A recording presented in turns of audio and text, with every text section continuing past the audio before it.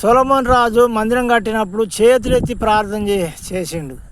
చేతులెత్తి ప్రార్థన చేస్తే అనేక ప్రజలు ఆయన ముందటున్నారు. అందరూ సాగిల పడ్డారు. అందరూ చేతులెత్తి ప్రార్థన చేసిండ్రు. ఆకాశం నుండి అగ్ని వచ్చి బలిపీఠం మీద బలిని మరి దహించి వేసింది.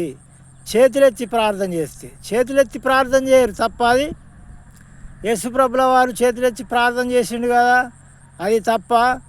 మరి ఎబ్రోన్ సంఘంలో కానీ లేకుంటే బ్రదరైన్ సంఘంలో కానీ చేతులెత్తి ప్రార్థన చేయరు.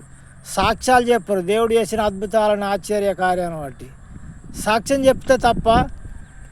ఎక్కడున్నది సాక్ష్యం చెప్తే తప్ప అని అనేకులకు మారు మనసు కలుగుతాయి. అబ్బా, దేవుడు ఇంత గొప్ప దేవుడా, కొత్తగా వచ్చిన వాళ్ళకు కూడా ఇంత గొప్ప కార్యం చేసిండా అని విశ్వాసం లేని వాళ్ళకు విశ్వాసం వస్తుంది, నమ్మకం లేని వాళ్ళకు నమ్మకం కూరుతుంది. సాక్ష్యాలు ఎందుకు చెప్పరు?